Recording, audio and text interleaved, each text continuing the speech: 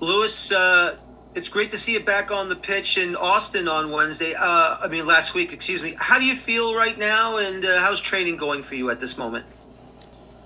Yeah, happy to be back. Been a long time, and anytime you're out with a long term injury, when you come back, you get ups and downs when you're on the pitch and your body's trying to work itself out. And yeah, obviously delighted to be back. Looking forward to the games that are coming ahead of us. We've got a busy month in July as well to look forward to. So, no, it's always good to be back. And yeah, excited to get going again. Next, we go to Anthony. Hey Lewis, welcome back. It's always hard to make a connection with new strikers that come in, and you haven't had a lot of live games with Eric Chupo, but you've had a lot of training sessions. How has that adjustment been, and what's it been like working with him and learning his style to get the best out of both him and you? Yeah, I mean, he's easy to play with, everyone sees what he does so well, links the game. He's really good on the ball, really intelligent, and for someone like myself who likes to go in behind, I think having that focal point and someone who you can really combine with and connect with, and you can trust them with the ball is always a benefit. So obviously we've not had too many minutes together, just the first game in Cincinnati, but in terms of building that partnership and that relationship with myself, Chupo, with Emil as well, I think it's something that sort of just comes natural when you've got someone um, as good as Chupo to play with. So yeah, looking forward to playing with him. Next, we go to Gary. Hey, Lewis, welcome back, of course.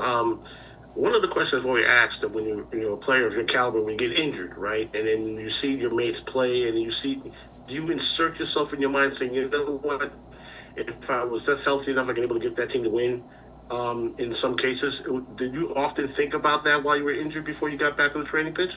Yeah, I think every player is imagining themselves playing whenever you're out from injury, even just from a mental standpoint, to keep yourself integrated with the group and in that football mindset. You're always looking at what you would be doing in this situation, in that situation, and I think it's always easier when you're in the sidelines to think about what you would or wouldn't do in any situation. But I mean, the guys done a great job. Obviously, we picked up a lot of momentum at the start of this month, and we're right there. In this league, you can go up and down with momentum, and we put together some good form, and to come back into that group and hopefully add to it. I think I'm someone who can come in and try and help the team in front of goal as well. And the guys have done great, and to come back into a group that's in a good headspace and with good momentum always makes it easier for injured players coming back. So the guys have been working hard, and now it's my time to try and come in and help them.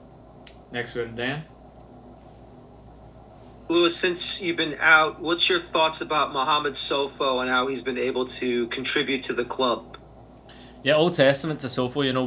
He's a player we've known. He's been training with us for a number of months, even prior going into last season. He was training with us, and I think everyone, even himself, would say he's surprised at how he's came in and done in terms of his numbers and his output, and that's just testament to himself, how he is as a player, how he is mentality wise. He's never been shy in front of goal whenever he's been training with us. Like I say, even dating back to last year, and I think he's someone that I try and also speak to, and he's so enthusiastic, and to see him and get the rewards for his hard work that he's put in is amazing to see. And this is just the beginning for him.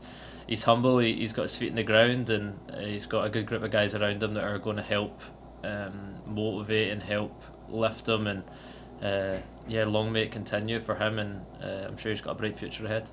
Next, we go to Anthony. Lewis, the weather is going to play a big factor in the coming months, July and August. You've been now in MLS for more than a few years. How difficult, or I shouldn't say difficult, how much do you have to change your game to adjust for the difficulty of the heat and the humidity as the games pile on in July and August? Yeah, I mean, it's something that I've sort of came accustomed to and expect in this league now, especially with my experiences in Miami for the first couple of years. So I sort of got that shock out of the system. I think in the heat, usually what you see is towards the end of the game is just it's the mental component of it, to try to stay online and try to make the right decisions, because when you get tired, people think the first things to go is your legs and your body, but really it's your mind, and you start making sloppy decisions. So just remaining focused all the time in the heat. Listen, hot's hot, so I don't think it really matters if it's 100 degrees or if it's 90 degrees. After 10 minutes on the pitch, you're sweating, the blood's going. It's just about trying to remain focused mentally and just making the right decisions, because more often than not, if you can make the right decisions on and off the ball, you can limit the amount of running that you're doing, in terms of needless running. So the more we can be online and focus and executing our game plan and what the coach tells us to do, then you can sort of eliminate the heat factor of it, I feel.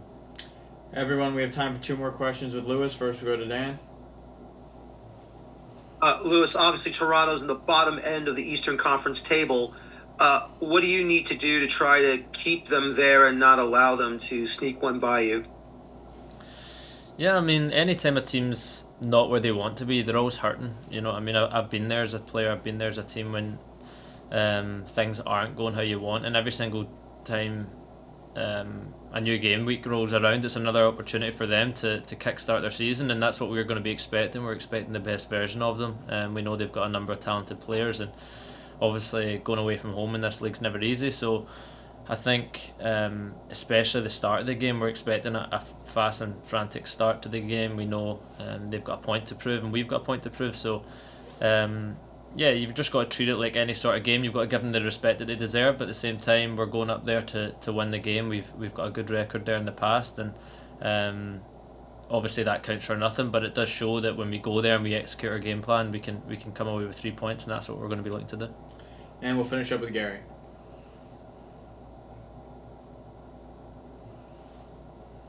What's often mentioned but not exactly talked about is how close-knit the team is, even when you're on and off the pitch. How much of that was very helpful while you were trying to get back in the men with the squad? Have they reached out to you and kept you in good spirits and such? And if so, how much is that going to be an asset as you get ready to go for the second half down the stretch? Yeah, I mean, I think everyone knows Red Bull's an organisation, and especially the locker room that we're part of now is a very close-knit group. We've got a great group of guys, and I'm one of the more senior players in the group, so I was always around the team. I was in every single day when I was injured, so you never lose touch with the guys, the team. You're always part of it. The club do a good job of making sure, and the team does a good job of making sure that you're never like on the outside looking in as such. So throughout the whole recovery period, I was integrated with the guys. I was speaking to the guys after every game, going to every game I could. So being part of a good locker room like we have here obviously makes things easier. But in terms of moving forward, it's just like I'm back where I should be. So I'm excited to get going again, and that starts with the game against Toronto. Lewis, thank you for joining us. We appreciate your time. Perfect. Thank you very much, guys. Appreciate it.